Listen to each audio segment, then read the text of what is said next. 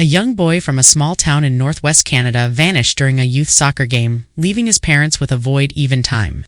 Couldn't fill, but 4 years later, his father opens the coach's locker, and what he sees makes him gasp. The persistent drizzle that had misted over Riverview Hollow for most of the late afternoon was finally beginning to relent, though the air remained heavy with the scent of damp earth and pine. The town nestled in the Pacific Northwest of Canada was a place off contrasts.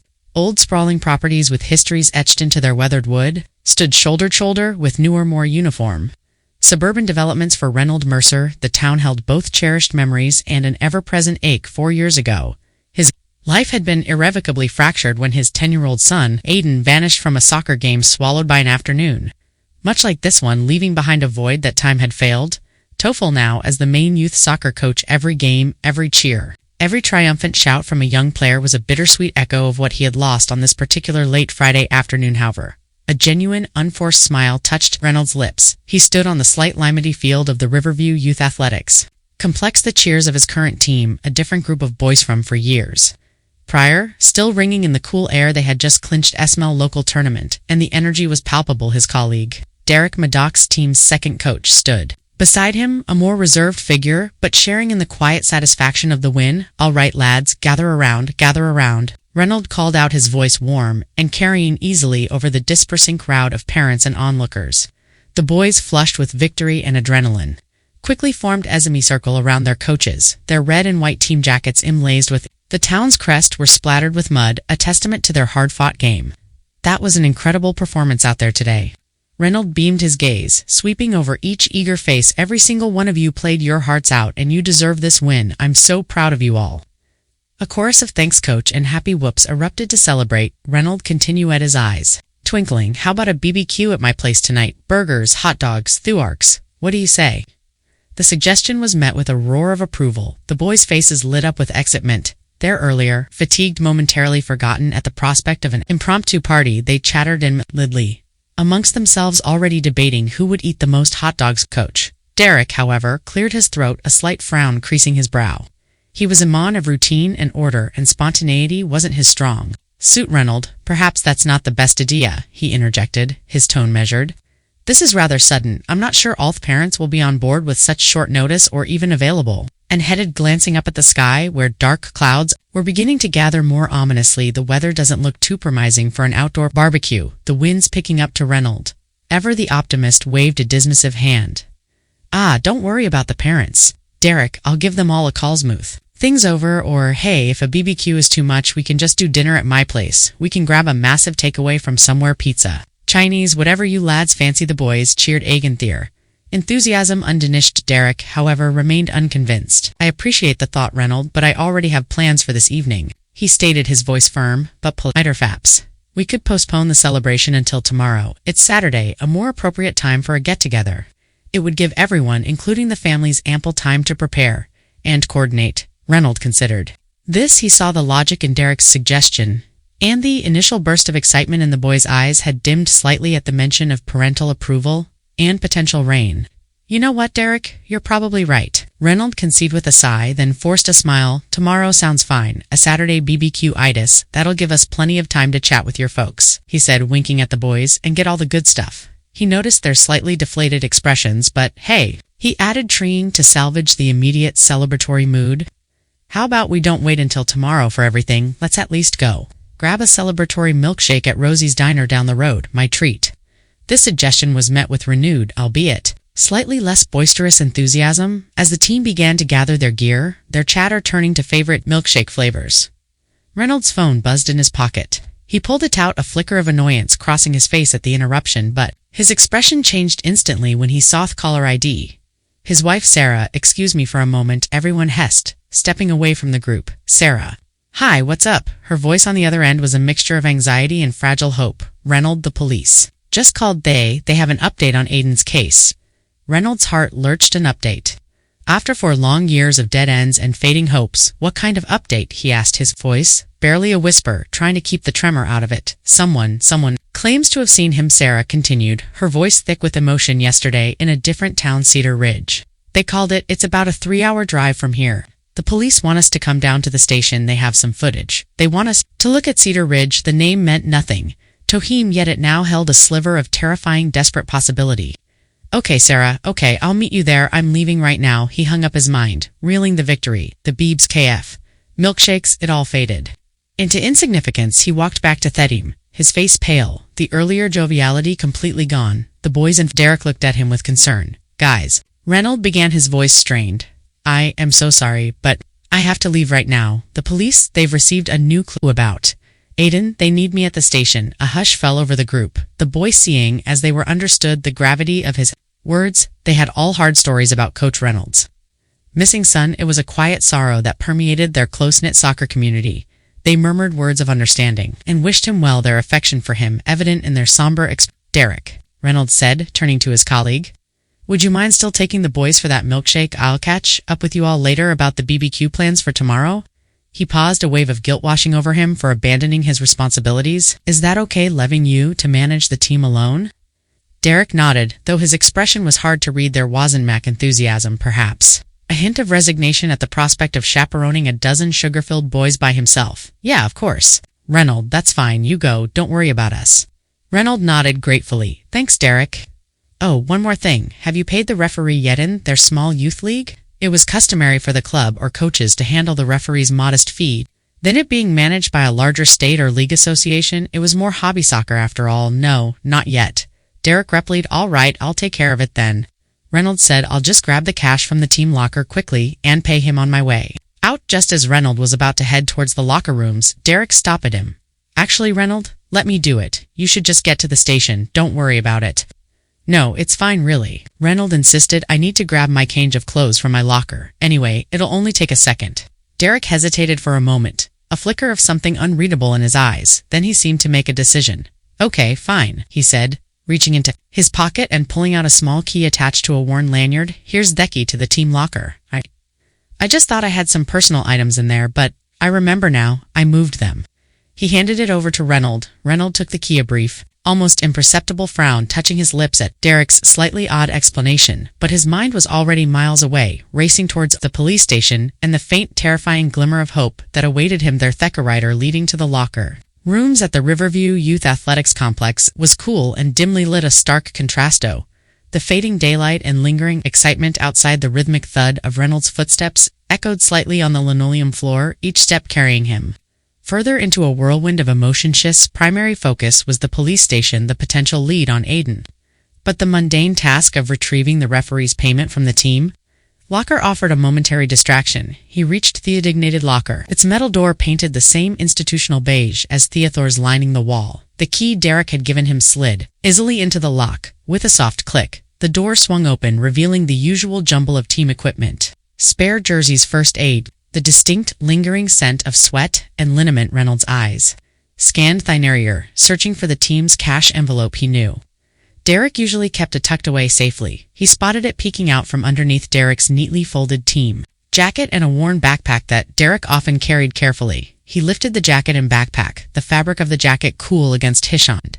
He retrieved the envelope, counted out the required amount for the referee, and then meticulously placed the envelope back where he had found it, ensuring it was still concealed. As he was about to close the locker, a crumpled piece of paper dislodged itself from the inner folds of Derek's jacket and fluttered silently to Thefler. It landed face down. Reynolds bent down to pick it up, intending to simple. Tuck it back into the jacket pocket or leave it on the shelf. It was just a receipt, probably for some personal purchase of Derek's and none of his business. He picked it up, his fingers brushing against the thin, flimsy paper he was about to crumple it further and place it back when a few printed words stark against the white snagged his attention. His gaze, initially indifferent, sharpened with an almost painful intensity. The receipt was from a general store, but what made Reynolds' breath catch? In his throat was the list of items purchased: strawberry pinwheel hard candies, X12 graph puzzle book, level 5 difficulty X1 thermal blankets, child, size X1. A cold dread, sharp and sudden, pierced through Reynolds. Strawberry pinwheel hard candies. Had adored them, his absolute favorite. He'd always have a few tucked away in his pockets.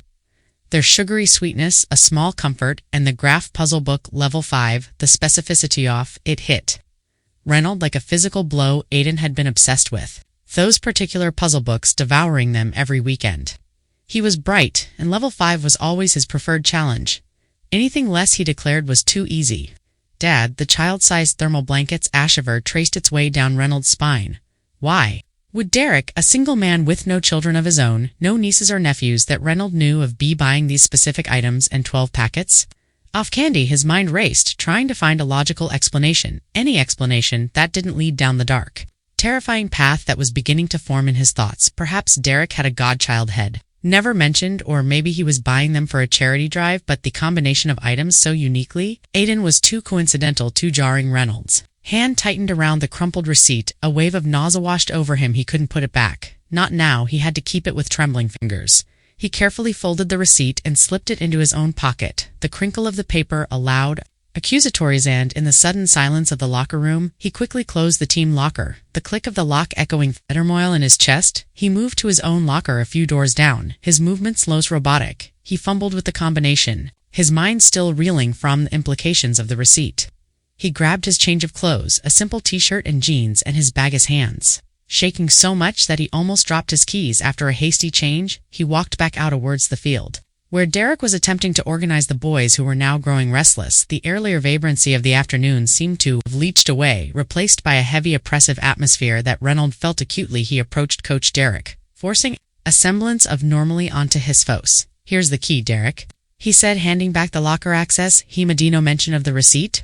He couldn't not, yet the suspicion was a raw, open wound, and he didn't know how to voice it, or even if he should. "Thanks, Reynolds," Derek replied, taking the key. He glanced at Reynolds' changed attire. "All set then?" "Yeah."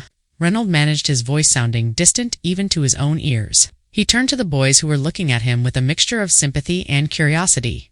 "All right, team, I really have to go. Congratulations again on the win. You were fantastic." He tried to inject some warmth into his voice, but it felt hollow. He paid the referee, the transaction a blur. Then he walked towards the exit of the Riverview Youth Athletics Complex, each step feeling heavier than the last. The sky, which had been threatening rain, finally opened. A low rumble of thunder sounded in the distance, and a light shower began to fall quickly, intensifying. Reynolds reached his car, the raindrops already beginning to beat on the windshield as he started the engine and pulled out. Off the parking lot, his thoughts were a chaotic jumble. The police station, the new lead, Cedar Ridge, and now there siped the image of those listed items.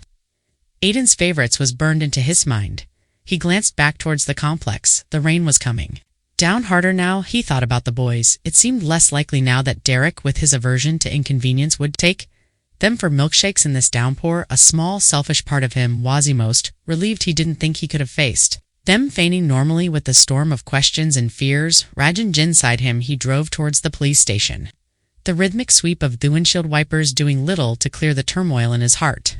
The drive to the Riverview police station was a blur of rain-streaked streets and the monotonous rhythm of the windshield wipers. Reynolds' mind was a tempest torn between the fragile hope ignited by the news of a possible sighting of Aiden and the unsettling discovery of the receipt in Derek's jacket. The two thoughts warred within him, vying for prominence, each carrying its own weight of dread and possibility. When he arrived at the station, a squat utilitarian building that had become far too familiar to him over the past 4 years, he was met by Officer Miller, a detective who had been assigned to Aiden's case from the beginning. Miller's expression was one of cautious professionalism, a look Reynolds had come to know well, a blend of sympathy and the managed expectation came with long unsolved cases. "Reynolds, thanks for coming in," said quickly. Miller said, his voice low and steady. "Sarah's already here. We've set up in an interview room." Reynolds nodded, his throat tight. He followed Miller through a series of corridors to a small, windowless room where Sarah was waiting. Her face was pale, her eyes wide with a mixture of anxiety and anticipation. She reached out and squeezed his hand as he sat down beside her, her touch a small anchor in the storm of his emotions. "Okay." Officer Miller began settling into the chair opposite them. "As we mentioned on the phone, we received a call this morning from a woman in Cedar Ridge. She works at a florist shop there. She believes she might have seen a boy matching Aiden's description yesterday afternoon." Reynolds leaned forward, his heart pounding. "What did she see?" "She said a man and a young boy, both wearing raincoats, walked past her shop and entered the general store. Next door, she'd seen one of Aiden's missing person flyers. We'd circulated them widely in that region a while back, and something about the boy's build and the way he moved caught her attention. She admitted she had her doubts, which is why she didn't report in immediately yesterday, but this morning she was talking to the shopkeeper of the general store, and he mentioned C&T same pair, and also thought the boy looked familiar, though he couldn't place him." Miller turned to a laptop on the table. The general store has a security camera. It's not the best quality and Thingle isn't ideal, but we have a short clip. I need to warn you, it's very briefened. Their faces are partially obscured by the raincoats and the camera position. He clicked a few keys and a grainy video began to play on the screen. It showed a rain-swept street, a glimpse of a shop window. Then two figures, one taller, one smaller, hurried past. The man had hished down a hood pulled low. The boy, also hooded, was mostly obscured by the man's frame for a split second as they turned to enter the doorway of the adjacent store. The boy's face was partially visible. A pale oval, a hint of light-colored hair peeking from under the hood. Man's expression was impossible to discern. Reynolds stared intently at the screen, his breath held. Sarah let out a small choked sob beside him. The footage looped was it. Aiden, the build was similar. The height seemed right for a 14-year-old witch. Aiden would be now, but quality was poor. The glimpse too fleeting, the raincoat, the shadows, their rain. It was impossible to be certain. Can you identify him? Miller asked gently. Reynolds shook his head slowly, a wave of frustration and disappointment washing over him. I didn't know it could be, but I can't say for sure. Sarah echoed his sentiment, their voice trembling. There's a resemblance, but it's so blurry. Miller nodded understandingly. We understand the local sheriff's department in Cedar Ridge is looking into it. They're trying to identify the man and the boy from the footage. Checking local records, seeing if anyone in that area recognizes them. We'll update you as soon as we hear anything more. Reynolds felt a familiar wariness settle over him. Another potential lead, another grainy imaging, another thread of hope that might unravel into nothing. He reached into his pocket, his fingers closing around the crumpled receipt. The items listed on it flashed in his mind: strawberry pinwheel candies, the level 5 puzzle book. Officer Miller, Reynolds said, pulling out the receipt. What was the name of the general store the man and boy entered in the footage? Miller consulted his notes. It's called the Cedar Creek Emporium. A local general store sells a bit of everything. Reynolds unfolded the receipt. His eyes scanned the top. The store name printed there was Different Pine Valley Goods and Groceries in Theodate. The date on the receipt was from a week ago, not yesterday. A small, almost imperceptible deflation occurred within him. It wasn't the same store, not the someday. What's that, Reynolds? Miller asked, noticing the paper in his handy. I found this earlier today, Reynolds said, his voice hesitant. It was in Thedham locker at the athletics complex. It caught my eye because of the items listed. He smoothed out the receipt on the table. Sarah leaned closer, her eyes widening as she read the list. She gasped softly and covered her mouth, her gaze flicking up to Reynolds, full of a dawning, horrified understanding. Miller took the receipt and examined it. Pine Valley Goods and Groceries, he read aloud. That's also in Cedar Ridge, but it's a different establishment. From the Cedar Creek Emporium, and this transaction was a week ago, not yesterday, so it's unlikely to be related to this specific CCTV footage. He looked at the items: strawberry pinwheel candies, graph puzzle book, level 5 therm. Blankets child size. He paused. That particular puzzle book series is quite popular these days. Reynolds, we see them a lot. Many children enjoy them. Reynolds nodded, a hollow feeling in his chest. I know. Aiden used to ask for the new one as soon as it was released, every Tuesday of the second week of the month, like clockwork. The memory was so vivid, so painful. Miller handed the receipt back to Reynolds. He offered a few more words of encouragement, reiterating that they were doing everything they could, that the Cedar Ridge authorities were actively investigating the sighting. But the air in the room felt heavy, laden with unspoken fears and the crushing weight of uncertainty. Soon after Reynolds and Sarah exited the station, the rain was still falling, even more heavily now, drumming a relentless tattoo on the pavement and the roofs of parked cars. The gray, weeping sky seemed to mirror the gloom in Reynolds' shirt. You should go home, get some rest, Sarah said, her voice weary. She looked drained, that brief flicker of hope now extinguished, replaced by a familiar exhaustion. I think I'll check on the team first, Reynolds replied, his mind still snagged on the receipt and the unsettling questions it raised. I left them in a bit of a rush. You go on ahead, I'll be home soon. Sarah nodded, too tired to argue. She gave him a brief, tight hug, then walked to her car, her shoulders slumped against the driving rain. Reynolds watched her go, a profound sense of helplessness washing over him. The receipt in his pocket felt like a lead weight, pulling him down into a sea of doubt and suspicion. Reynolds climbed back into his car, the interior cool and smelling faintly of damp upholstery. The rain hammered against the windshield, distorting the world outside. A wash of blurred lights and slick dark surfaces. He glanced at the dashboard clock. It had been just over an hour since he'd left the team at the athletics complex, an hour that felt like an eternity, filled with a roller coaster of emotions that had left him feeling raw and exposed. He wondered if Derek had, against odds and the worsening weather, actually taken the boys to Rosie's. diner for those promised milkshakes was their usual post-game haunt, a cheerful retro-style diner that served a diverse-sized milkshakes and even more oversized burgers. If they were stealthier, he wanted to catch up, perhaps offer a more coherent apology for his abrupt departure. He tried calling Derek's cell phone, but it went straight to voicemail. Derek wasn't one for lengthy phone conversations, but usually had at least pick up Reynolds. Put the car in drive and pulled away from the police station, heading in the direction off Rosie's. As he drove, his thoughts inevitably circled back to the crumpled receipt. In his pocket, strawberry pinwheel candies, graph puzzle book, level 5, child-sized, thermal blankets. He knew Derek Maddox reasonably well, or so he had thought. They had coached together for several seasons, now a professional relationship loot. On a shared, albeit differently expressed passion for yacht soccer, Derek was a private man, a bachelor, so why the bulk purchase of Aiden's favorite candies?